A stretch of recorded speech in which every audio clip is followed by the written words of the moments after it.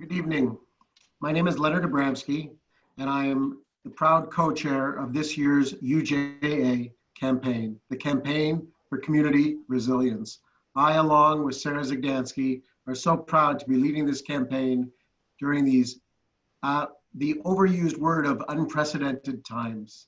These are crazy times for all of us, difficult times for all of us, difficult times for us as a Jewish community. But I'm proud to tell you tonight, our community has come through and through for all those less fortunate than ourselves. We have, in the past 5 weeks, been fortunate enough to raise just under $50 million towards our goal of $85 million this year for the Emergency Campaign for Community Resilience. We have a long way to go, but it's through the dedicated efforts of all of you that we are moving in the right direction day by day. I'm honored tonight to be able to talk to you briefly and tell you how important this is for our community to come together in these times in order to support each other. And we're very, very fortunate tonight to have a group of professionals to lead us through all of the mental health issues that every one of us is feeling this year at these times. And with that, I would like to turn it over to the Executive Director of JF&CS, Jewish Family and Child Services, Brian Krause. Thank you so much. Thank you for that excellent introduction, Leonard. And thank you to the UJ for this opportunity to shine a light on one of the 3 sweeping areas of harm this pandemic has rather uniquely produced. While most of the attention was initially focused on the assault on the physical and financial health of people, and rightly so, it wasn't long before the emotional assault took its rightful place alongside the other 2. And of course, this assault was further amplified by the horrific murder of George Floyd in plain sight and the unexplainable, dehumanizing indifference of his executioners.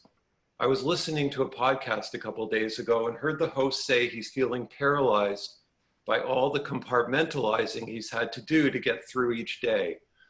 By compartmentalizing, he means trying to wall off in his mind all those very real feelings of anxiety, fear, outrage, and allow himself to feel moments of peacefulness, hopefulness, gratitude, and even joy. I think our esteemed panelists will have lots to say about how that can be accomplished. At Jewish Family and Child Service, we're in the business of helping vulnerable and at-risk people. Because our community has always had a strong sense of humanity, we've been in that business for 152 years. We have 33 programs that span the human life cycle, from cradle to grave, from children experiencing abuse and neglect to Holocaust survivors experiencing poverty and isolation, and now pandemic-related re-traumatizing worry about going hungry again. In the past few months, we've learned some important lessons. One is that the pandemic is particularly opportunistic when it comes to tearing wide open all the pre-existing smaller and larger tears in our social safety net. Another is that if you're already lonely, isolated, sad, afraid, anxious about your future, overwhelmed as a caregiver, all of those very real circumstances and feelings have likely had new and challenging dimensions added to them. And finally, we've learned, or perhaps it's better to say we've relearned, or we've been reminded once again that our resolve as a community to care for one another, for understanding that when one of us suffers, we all suffer, for embracing those in need, and for building supports that will lead to resilience, those things will again define us as much as anything else during this most recent exceptionally challenging time. With that, I'd like you to meet our panelists. I'm going to introduce them one at a time and give each a chance to say a few more words about their areas of expertise if they'd like, and their experiences during the pandemic as leading practitioners in their respective fields. First, we have Dr. Alan Kaplan. Dr. Kaplan is currently Vice Dean for Graduate and Academic Affairs and Professor of Psychiatry in the Faculty of Medicine, University of Toronto. Dr. Kaplan. Thank you very much, Brian. So it's a pleasure to be here with everyone tonight, discussing such an important topic. So I come to this panel with experience with two cohorts of individuals, 2 groupings. So as Vice Dean, I'm dealing with over almost 3,000 students, graduate students, who are in graduate programs in the Faculty of Medicine. We're going to move on right now to Dr. Karen Kachin. Dr. Kachin is a psychologist and executive coach. She's the founder of the soon-to-launch Talk for Tech, offering coaching and mental health support to employees, managers, and executives in the tech industry. Dr. Kachin. Thanks very much, Brian. I'm delighted to be here and to be able to try to understand and answer some questions that are pressing for many of us, including mental health professionals.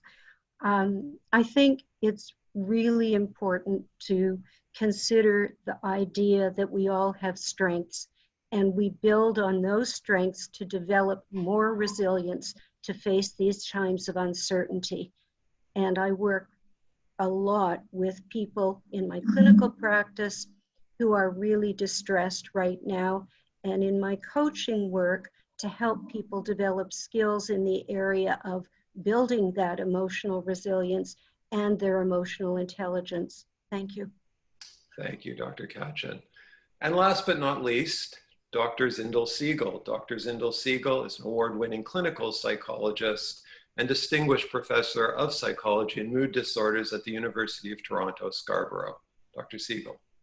Thanks, Brian. I'd just like to echo what's already been said, and I think to elaborate a little bit on one of the remarks that you made, Brian, about this is a community-based response, and I'm hoping that I can bring some of the wisdom from the meditation, the mindfulness community, which has a lot of expertise in understanding how to work with worry, uncertainty, and moments when the mind really seems to run away with itself, to this type of forum where people are asking about these kinds of emergent emotional issues for themselves.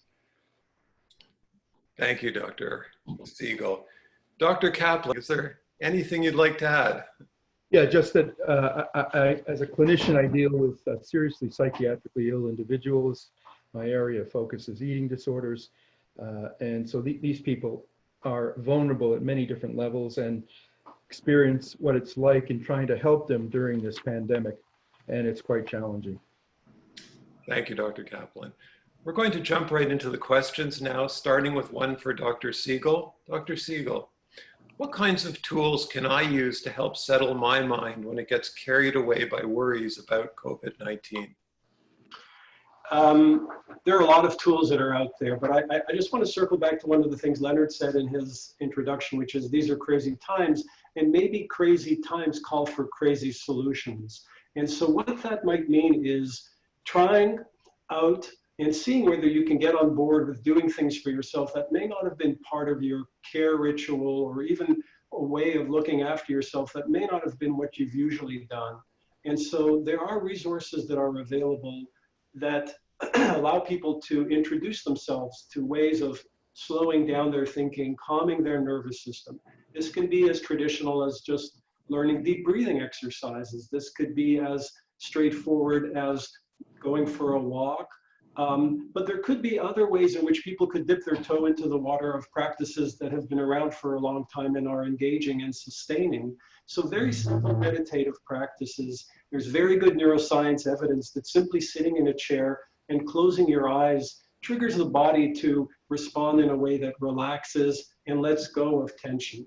Now, it's not a cure-all, but it is a starting point to allow us to slow down the mind running and rushing to conclusions that may not even be true, and allow us to look at those thoughts and those ways of thinking a little bit more clearly. There's also a lot of free content on the internet if people are interested, articles and resources where people can join a scheduled daily call at a certain time of the day. There are different websites that provide this for you to practice with other people so that your isolation and your intention to look after yourself isn't a solely single endeavor, but you can join other people in doing that. And sometimes knowing that many people are in the same circumstance can be very helpful. Thank you, Dr. Siegel. Dr. Kachin, can you suggest some steps that we can take to boost our emotional resilience and maintain our well-being during this extraordinary time? I definitely would like to try. I'll piggyback on what Dr. Siegel has said in terms of looking for our own personal toolkit of relaxation techniques that work for us and beginning to select some of those, not just individually, but perhaps if you have a partner or children, sharing that as a family activity, whether it's deep breathing, progressive muscle relaxation, or whether it's listening to an app on your social media like Calm or Headspace.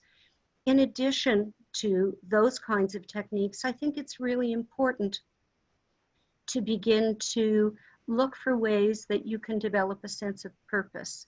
We're all feeling quite aimless and uncertain about what's coming ahead. And if you can take some very specific small steps, set some very clear goals, they can be little, like improving your bridge game, or they can be large as a method to begin to re-enter a workforce. Whatever it is, small, discrete, and very specific. So that sense of purpose can be like a beacon for us. I think it's really important, again, to reach out to your social connections and your network in order to stay really in touch.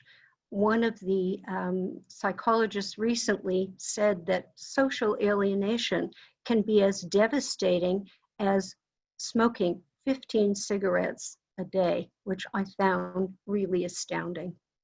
So these are a few of the ways in which we can begin to build our resilience. There are many other tools that we can share, and a lot of them are available through apps like Bounce Back from the CMHA Ontario, free service that you can sign up online, do that anonymously, individually, and very helpful modules. I'll just leave it there for right now. Thank you, Dr. Katchen. Dr. Kaplan, in keeping with the same theme of these initial questions, how can we mitigate the impact of COVID-19 on individuals who are already vulnerable because they have a pre-existing mental health condition? I believe you spoke a little bit about that in your introduction. Yeah, so we need to approach the mental health side of this pandemic the same way we did the medical side. So, we prepared for a surge of medical illness. We identified those at risk, the elderly, those with pre-existing medical conditions. We cleared hospital beds. We purchased PPE, and I would argue that we need to do the same for a mental health surge, because we're going to have a mental health surge after this pandemic. And the PPE are psychological protective equipment. That's the equivalent of a ventilator or a mask. And for us in mental health, that has to do with identifying that the term social distancing is actually a misnomer. The one thing that you don't want to do is isolate people more than they already are if they have a pre-existing mental illness. The proper term I think we should be using is physical distancing, but we can maintain social connections, and that's the first and foremost thing that we have to do with people that are already at risk, emphasizing the importance of maintaining their social supports, contacts with their loved ones, their caregivers, making sure that they stay on the medications that they have been on while even before COVID came on the scene. And so I think we can prepare our mental health services better, knowing that we have people who are vulnerable, and we can train people to provide the kind of support, whether it's kind of psychological first aid. People who are lay people can learn basic skills in terms of supporting those who are unstable, emotionally unstable. And I think the most important thing, though, that we can do is to maintain connections with people who care about us and who we are comfortable with. That's, at a simplistic level, I would say, a place to start. Thank you. Thank you, Alan. Zindel, we received this question from a community member. My daughter has had to return to Canada from overseas and has now moved back to live with us. She has no job, few friends, and is being negatively impacted, not just by COVID, but also about negative events occurring in the world. I'm feeling stressed and overwhelmed myself by the effects of COVID-19. How can I help her when I'm feeling like I'm about to break down? I suppose this question is, if I get very anxious regarding COVID-19 myself, if I'm scared about it, how can I help other members of my family?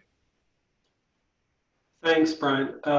This is a difficult question because I feel like there are multiple parts to it. There's the desire to reach out and help a daughter who's now living under the same roof. There's a sense of how do I cope with my own fragility and uncertainty with COVID. And then the obligation to take care of someone else when maybe the person themselves feels not entirely ready or resilient to do that. So I would say that there are a couple of things that are important. I think the first one is to look at whether the judgments about oneself that one is making are reflecting just the situation related to COVID and the pandemic, or whether there's a kind of global way in which the person is judging themselves as not good enough, not strong enough, not capable enough, and to see whether there can be a separation between, being a good person who is struggling with a burden of having to figure out the worry and uncertainty of COVID versus someone who's really not up to the task. What I found that very much the difficulty arises when we start to generalize and have labels for ourselves as individuals versus seeing ourselves as intact people who are coping with very difficult circumstances. And I think the first starting point is to recognize what we might be up against, what this person might be up against in terms of dealing with the demands that COVID on a daily, weekly basis, this very changing, quickly shifting landscape, we're always getting new information, is up against, and then finding a way of regulating themselves in the midst of all of that. Now that might involve perhaps watching television a little bit less. That might involve increasing certain activities that feed an attacked sense of self. And then I would say that the ability to reach out in a way that can be helpful, what Alan just said about being a mother in the same house as a daughter, maybe that sometimes in itself can be enough of a connection without needing to ladle on further ways of looking after or further ways of caretaking if the person doesn't feel that they're there yet. So I would say try and look after yourself primarily in terms of reducing the negative inputs, maybe increasing some of the more satisfying pieces. And then it might be even possible that there may be more natural ways of connecting with your daughter that might be evident. And just to carry that one step further, I mean, I think this mother says she feels overwhelmed. I think this mother needs to reach out and get support for herself, mental health support. She needs to be able to maintain her own strength in order to be able to help her daughter. And that's probably the first step, because she's not going to be able to do that if she herself is so stressed that she can't provide the kind of support and care that the daughter needs. I'd like to jump in on that as well. It reminds us that it's really important to listen to what we say to ourselves. And when we engage in negative self-talk, like I'm overwhelmed, I can't do this, I don't feel able, we can learn as a skill to reframe, catch ourselves, and actually say at least something neutral, like I can try. And this is a skill, so with practice, we get better at it, and we can intervene on our own behalf. Makes us better able to be astute listeners and potential support providers to others. Thank you. Thank you, all of you. Yeah, it's a unique situation in that all the fears are real and they're all being shared by everybody. So those who are in caregiving positions where they're caring for others certainly face that added challenge. Is there anything else anyone wants to say about that? What we can do for friends or relatives who are really struggling right now? I guess I'll jump in. I think we can be really good listeners. I think that sometimes we feel that there needs to be some kind of reciprocity in reaching out or having others reach out to us. I think that really goes by the boards in this case. If you feel that someone is distressed, it's incumbent upon you to try and reach out, make more than one attempt if necessary, listen, ask questions. You don't need to probe, but be a really attentive listener and really reflect back to them some of the things that you may notice, that you may hear, and offer to be a support person in ways that normally you might not consider, and possibly even go as far as, if someone is willing to seek assistance, professional help, offer to help them set up the Zoom call or be on the line with them in a conference call as they place their first initiative. It's sometimes that kind of very early support that can make a difference with following through when somebody is feeling totally overwhelmed. Yeah, and I would just add that we need to dissect out what specifically is, let's say, this individual or friend, family member stressed about. This is a global trauma. It has many levels to it. It's a trauma financially to people. It's difficult for especially women juggling work and childcare. Most people are separated from their support systems and become increasingly lonely.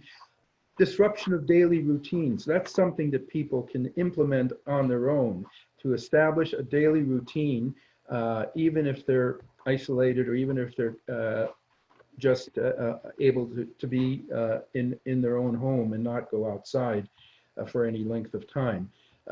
That does help. We're creatures of habit. We like to have things predictable. And part of the stress with COVID is it's so unpredictable. There's so much uncertainty about it. People say, well, what's going to happen? You know, and we get obsessed with the numbers, which again is not a good thing to be focusing on. Not reading the newspapers regularly, watching the television, all of that adds to the stress. It doesn't mitigate the stress. So teasing out exactly what that individual person is stressed most about, you can then begin to alleviate and mitigate the individual specific factors without tackling the whole problem, which is just is overwhelming. This question came up, was submitted before we began the webinar, and is also being submitted during our webinar, so it's certainly on people's mind. Speaking from a Jewish perspective, what are some of the mental health challenges that COVID-19 has presented that are uniquely challenging in our community? And again, I would open it up to all of you to answer that.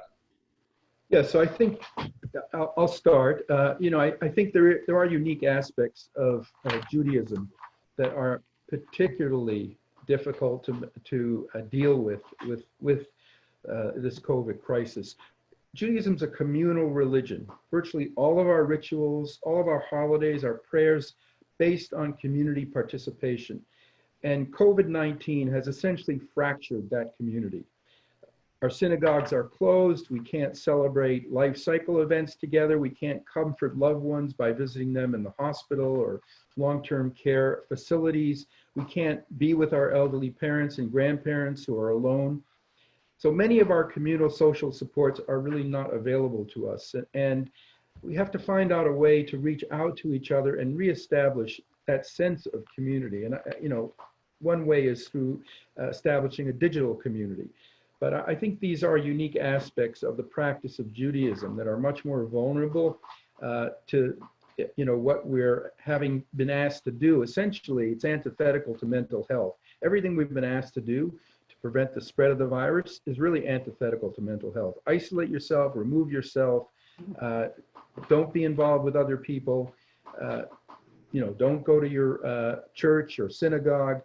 All of that disrupts our equilibrium when it comes to our mental health. And so being aware of how it's impacting us as Jews, I think in particular, is something to think about. I mean, you know, what's going to happen over the high holidays?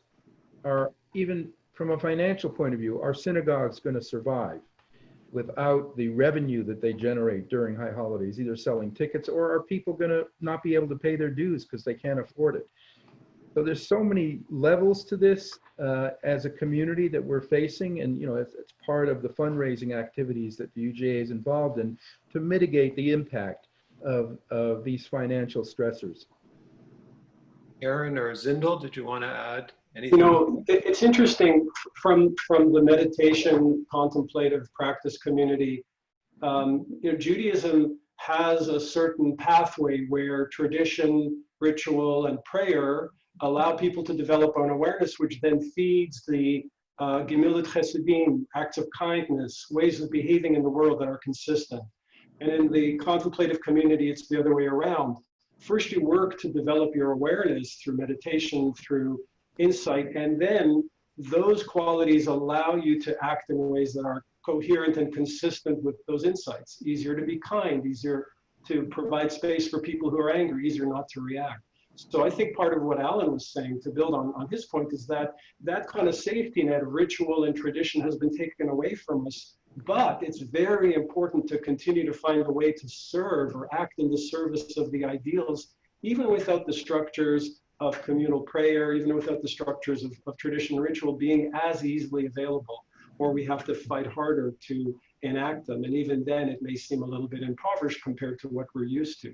So I think through action and through intention of how we want to act and behave, we can still fulfill a sense of being on that same path, even though some of the guideposts are not as available to us. I think that Judaism has some guidance for us in a very positive light as well. We have noted a lot of effort in the community now, not just the Jewish community, but noteworthy in the Jewish community, to share, to give, to gift, to teach, and to inspire other people. A lot of innovation has come out of this kind of disruption, and I think we do need to credit some of the learnings and teachings of Judaism for that, because our community is built on tzedakah and giving back, and I see lots of evidence of that. In addition, we have the tenet that suggests we indulge in new learning, and curiosity and novelty are antithetical to depression, anxiety, and being stuck. So if we can really support those efforts in any way that we can, I think as a community, we will build more resilience too. I think Dr. Ketchum identified an important and primary part of Judaism, which is the concept of tikkun olam. And certainly with what's going on in our world, it needs a fair amount of fixing. And, you know, this is an important role that we could all become more engaged in during this time in many different ways, as I think you're saying. It's an opportunity. It is an opportunity to invest in others at a time when we're so separate and split apart physically anyways. Thank you. Thank you all of you for that answer.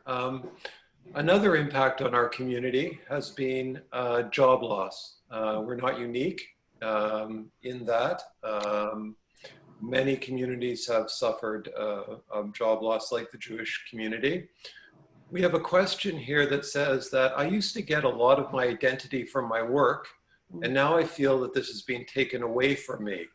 Can I ever get that back? Karen, maybe you'd like to start? I think it's a very complex question. I don't think the issue is, can I get it back? I really think the issue is, who am I? What do I do with who I am now? And what can I look forward to and build for the future? So it's got many, many layers. And I think really important for people to realize, whether they're on furlough or they've lost a job or they've lost their company, the fact is we are resilient and we can rebuild. Your job is not the whole of you. You are a person with many different facets. And to begin to explore those different parts of you now is a golden opportunity, whether it's pursuing interests, whether it is building and extending your job skills, maybe taking it upon yourself to enhance your communication skills, your leadership skills, your work habits. There are a lot of opportunities for online learning, podcasts, seminars, webinars like this. And I think it's really our responsibility to, as individuals, to begin to rebuild in a work sense, if that's what we need to do, to set ourselves some very specific goals and pursue them a little bit at a time, small steps leading to success, or larger goals. But for heaven's sakes, you don't need to plan for your entire future at this point in time. It is far too daunting. Thank you. We are getting some questions about aftershocks and what we might see in the coming months. And maybe I could start with you, Zindel, this time. What sort of mental health concerns might we see in the coming months? I think that there's going to be a lot of accommodation to the fact that even when we, quote, return to normal, it's nothing that we've really experienced. It's not going to be a return backwards, it's going to be a return forwards. I think even the structures for working are going to have to accommodate to different safety protocols. So part of, I think, what happens now is that there will be a personal calculus of risk.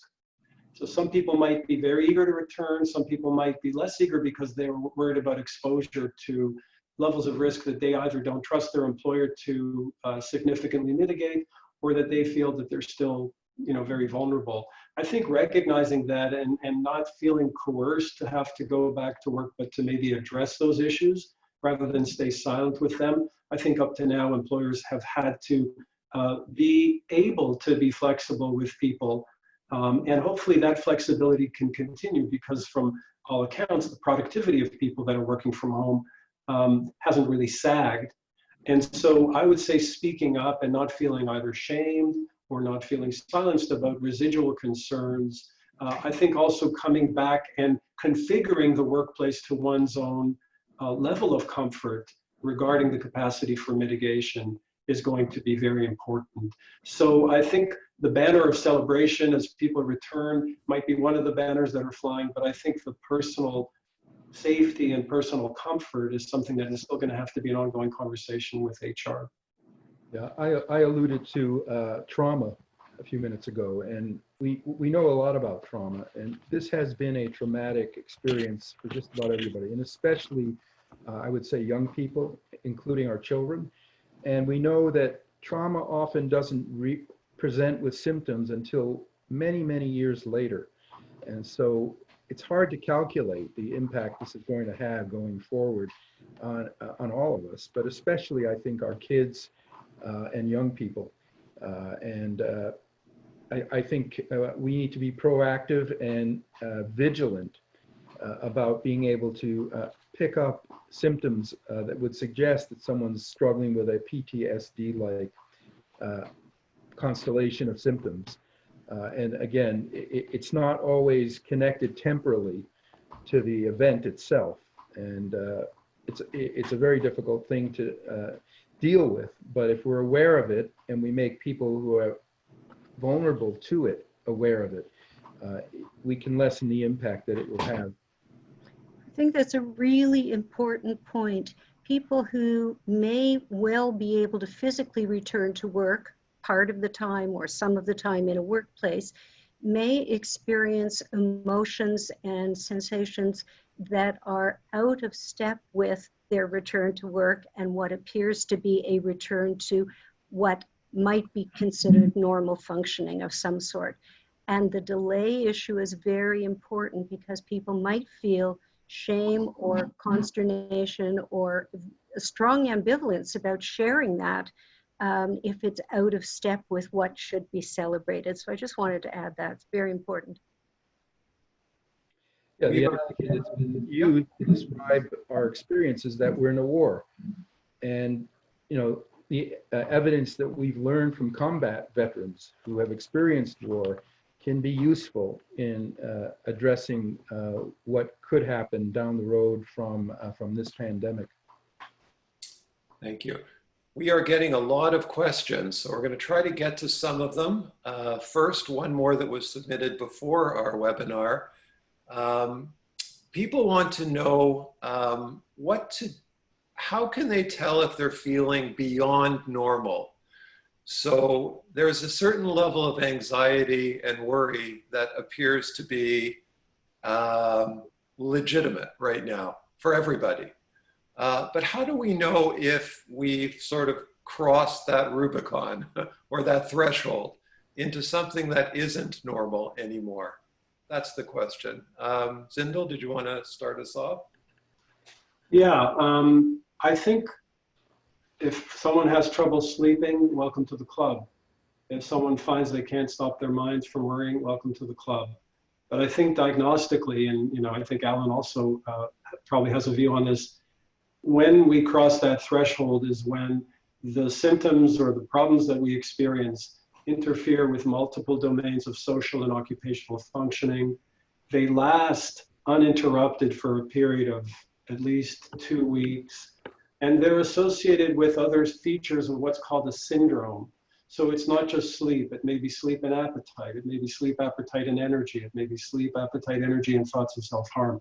These things, when they come together, are considered as something which is not just a one-off, but something that is enduring and something that really needs to be looked after from a clinical lens, because it's probably morphed into an autonomous problem that the person may need some help with. Yeah, when people go from experiences of normal upset, anxiety, into what we would consider to be serious disturbance, mental illness, they experience disturbances in 3 domains, and usually all at the same time. So their cognitions become abnormal, and especially cognitions that are negative, nihilistic, self-referencing in a negative way. Their affective states are also consistently not normal. They may feel panic constantly, they may be very anxious, they may be feeling depression, and their biological rhythms, which Zindel alluded to, are disrupted. All of their biological rhythms include not just sleep, appetite, energy, menstrual cycles. All of those things are reflections of the biological response to stress. And so when you have those domains disturbed, you're dealing with something that I would say is not on the continuum of normal experience. Thank you. We have a question from one of our participants who said they'd like some advice for those who might be falling through the cracks with regard to getting mental health support. The gist of the question is that they feel overwhelmed, but they feel even overwhelmed making a call to another organization, which might deny services because they feel the organization itself might be overwhelmed, and that others may require services more than that individual. They want to be resilient, they want to understand the circumstances millions are facing, but they likely have a feeling that they need help. What might they do in that case? It sounds like what hospital emergency rooms might have experienced at the start of this pandemic. Karen or Zindel, did you want to? Karen, go ahead. Yeah. Well, I think the reticence to reach out has already been mentioned, but I think that people need to understand that these things don't take care of themselves. They can't just recover on their own. when a syndrome occurs, as you've described very clearly, both Zindel and Alan, that this does not ameliorate just by wishing it so. So that is not about developing a skill set. That goes way beyond. And if it takes someone figuratively holding your hand to make that first call, as I mentioned before, that is helpful, whether it's to a professional, a psychologist, social worker, psychiatrist, family doctor. It could also be to your spiritual leader, somebody that you're comfortable with that will help to direct the next steps. So it doesn't have to be the first step is the only step or the final step. And recognizing that there are a variety of resources, and sometimes you don't get to the right one initially, but it doesn't mean turn back or stop trying. I would add something which is, I think, a consequence of our current situation, which has turned the natural delivery of therapeutics on its head. The way in which Zoom has enabled people to speak and to work and to connect with each other is having a similar impact in the area of digital mental health. So people can start on a gradient of looking after themselves that could be somewhat anonymous. Download an app like Headspace or Calm. Download one of these apps that allow you to have a chat with a therapist and get responses in real time. Work with websites that enable you to connect with therapists and to get treatment remotely, rather than feel as if you're burdening a hospital system because you're going to be yet another patient with a mental health concern, you're not a COVID patient. Whatever these kinds of thoughts are, there's now a lot of space through digital mental health and through remote platforms for delivery of these services that have been considered now as normal. Before all of this, it was still seen as gold, the gold standard was sitting in front of a therapist in a hospital and getting that. And that may still be the case, but now there's so much more of an open tent to the delivery of services in these ways. And some of them are very simple, as downloading an app on the phone that people can see for themselves. And if they find that it's insufficient, then they'll be able to see, you know what, I need a little bit more. I need to speak to someone. I need to meet with someone. And they may be more motivated to actually go out and pursue that for themselves. Would it be helpful to identify maybe 3 or 4 of those virtual platforms so that people can explore them? Yeah, I could send Jennifer a list, and maybe she has a way of distributing it to participants and some other resources for sure. That would be great. I can share some of those at this point if you like. That would be really helpful. Okay. Sure. Green Space, Yeah. Inkblot, Lumino, On Call. Those are 4 active digital platforms where there's an opportunity to talk with a therapist. And they all have different modules and different ways of connecting, but hopefully that can begin to steer people in a direction. Thank you. I would say it's one of the positive outcomes of this pandemic is remote telepsychiatry and remote interventions for mental health are just more accepted, and they've become more available. And I think there's less of a stigma about people using them. And we're going to be able to reach a lot more people as we go forward, because these platforms are now recognized, they're effective, and that people are using them. Yeah. Yes, I've heard of people joining addiction support groups in Australia, from Toronto, anywhere in the world. The world has sort of opened up when it comes to accessing telehealth services or support services. There's a number of questions around children and parents who are dealing with children. The first has to do with adult children who have lived away from home, and now they've returned as a result of COVID. And their interactions for the parents are very different right now than they were before these young adults have come home. The young people are dealing with the uncertainty at this very early stage of their adulthood, and the parents are looking for some help or some guidance around how they might help those young adults. And again, Karen, did you want to start us off? And then Zindel and Alan could jump in. Well, you know, I'm going to let one of the other panelists begin. Good. Alan, did you want to start us off?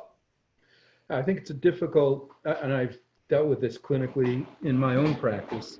It is a difficult question because one of the things that the kind of bubbling together could potentially lead to is an exacerbation of dysfunctional familial relationships.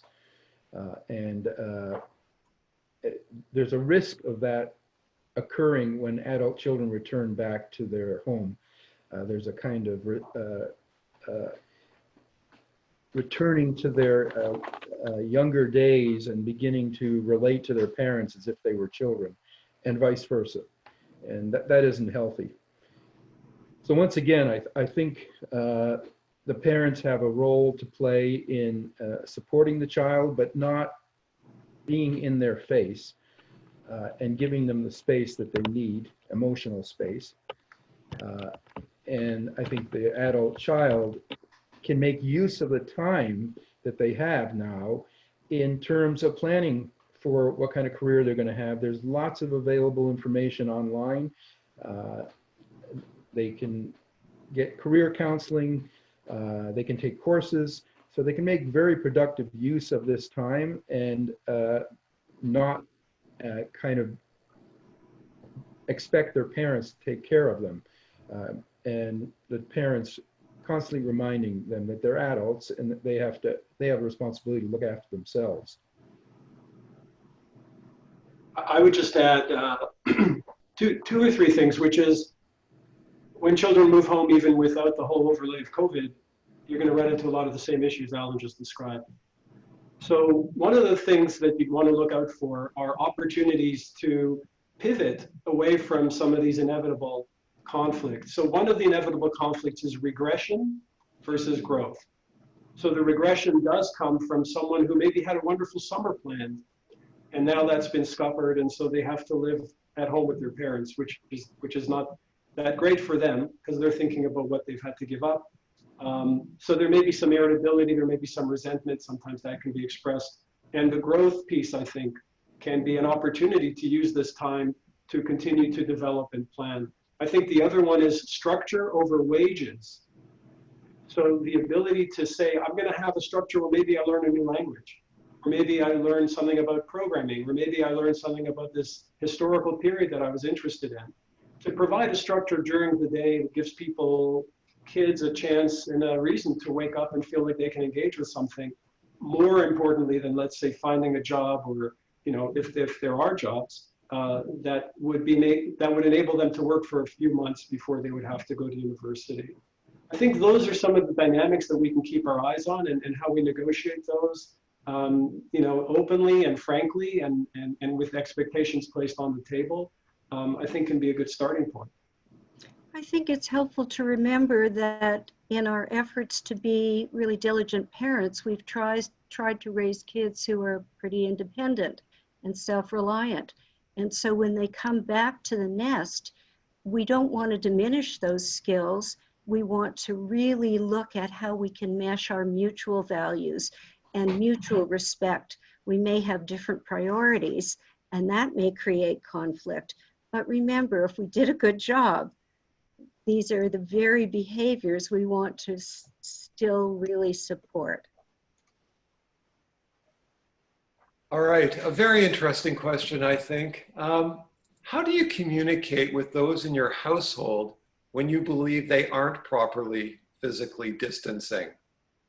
How might you go about doing that?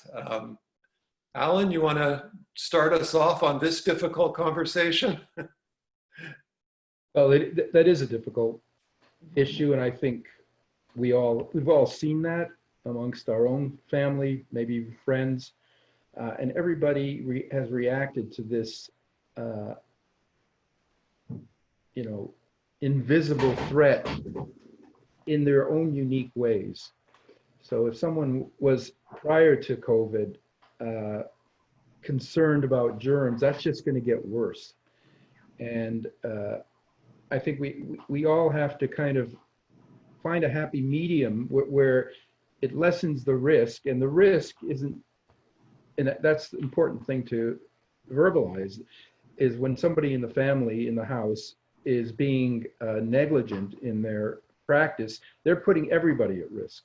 So it's not just themselves, but it's everybody with whom they're relating becomes exposed to that risk. So there's a responsibility, not just to protect oneself, but everybody else.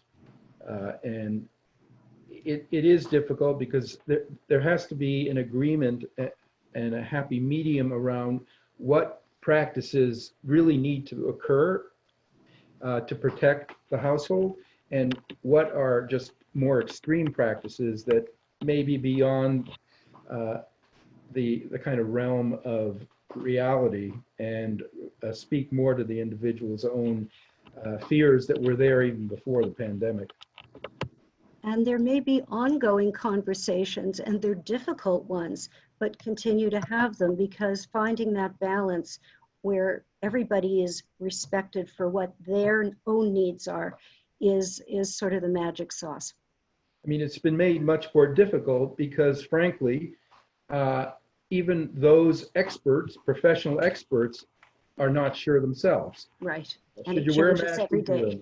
Right? So we've been getting mixed messages repeatedly during this whole period, which has just exacerbated this kind of problem. And I see it as in certain certain areas where there's been a lack of true leadership and too many people speaking and saying different things that has really, I think, really confused the public and led to problems like this within households. I would only add that sometimes the sense of the physical distancing rules being broken or pushed to their limits may have to do with things being okay under one roof, but boyfriends or girlfriends, and what kind of contact that would be allowed. And I think then the household has to have some kind of system for having a voice and a decision-making process. So maybe everyone in the house gets a vote. And as long as one person isn't comfortable, it doesn't happen. And when everyone says they're comfortable, it does happen. You still have to have you have to have a child who's willing to abide by that, or parents, are the ultimate deciders and they take votes into account.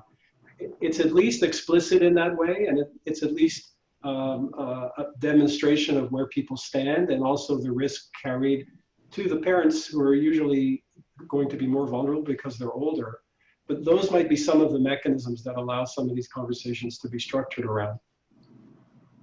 I fear we're going to run out of time any moment. There are questions about people looking for hope and finding hope amid this pandemic. And maybe this is a good place to end. And I wonder if there are any words about finding that hopefulness. And I'll ask anyone to jump in on that one. I'll just start us off by saying hope can take many different forms. It can look like innovation. It can look like suggestions that normally wouldn't see the light of day. And I'll just give you one example. It doesn't have to be big, but it has to be innovative or newsworthy to the person that's having it. My 11-year-old granddaughter came up with an idea the other day that I thought was wonderful. They're called sock sweepers. You put old socks on your feet and you sweep the floor with them. She was hopeful. That's how her job got done. Any other last words about hopefulness? Well, we've been walking, as I think many people have, from the middle of March until June. And one of the things that I found very, very moving was just noticing how the seasons shift, and the movement of wind and light and growth, and especially in spring where you really do see plants and everything coming back to life again. And I'm not saying something that's like some kind of crazy new age thing about, you know, the energy of the world.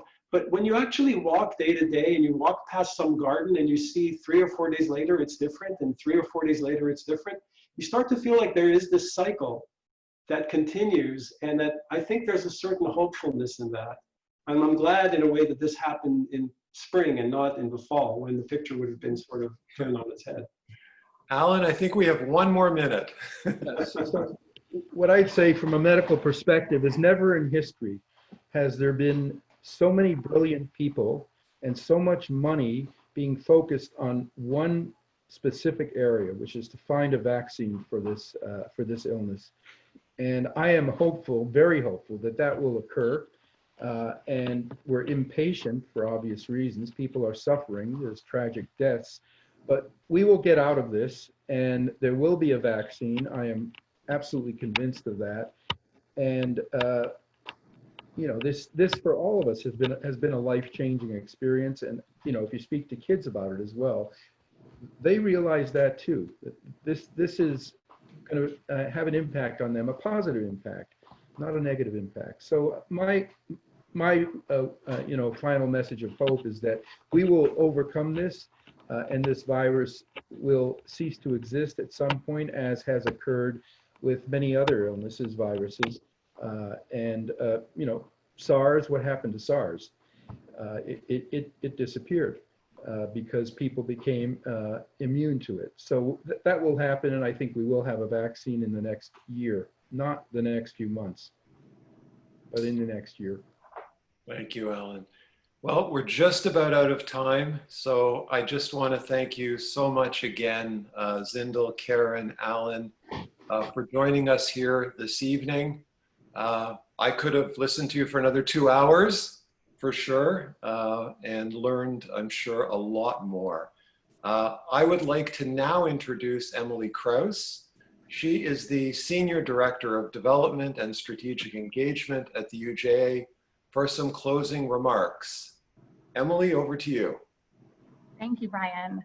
And first, I hope you'll all join me in thanking this incredible panel, and I hope you all found it as insightful, helpful, and informative as I did. This was truly fantastic. Thank you all so much for taking the time out of what are very busy schedules, even though we are all at home. And secondly, I'd like to take a second and thank our very generous sponsors for this evening, KPMG and Scotiabank. We so appreciate our sponsors sticking with us through these fairly uncertain times. It truly allows more dollars that we raise to go towards very important programs like Jewish Family and Child. So thank you so much for that. We really appreciate it. And lastly, as Leonard mentioned at the beginning of the call, the needs are greater than ever in our community. If you can support Federation and support UJA in any way possible, whether by volunteering or a small donation, we truly can't thank you enough for that. So if you would visit jewishtoronto.com to donate, or a link will be provided in the chat, we would be, and the whole community would be incredibly thankful. So thank you all again. Have a wonderful evening, and thank you all for joining us.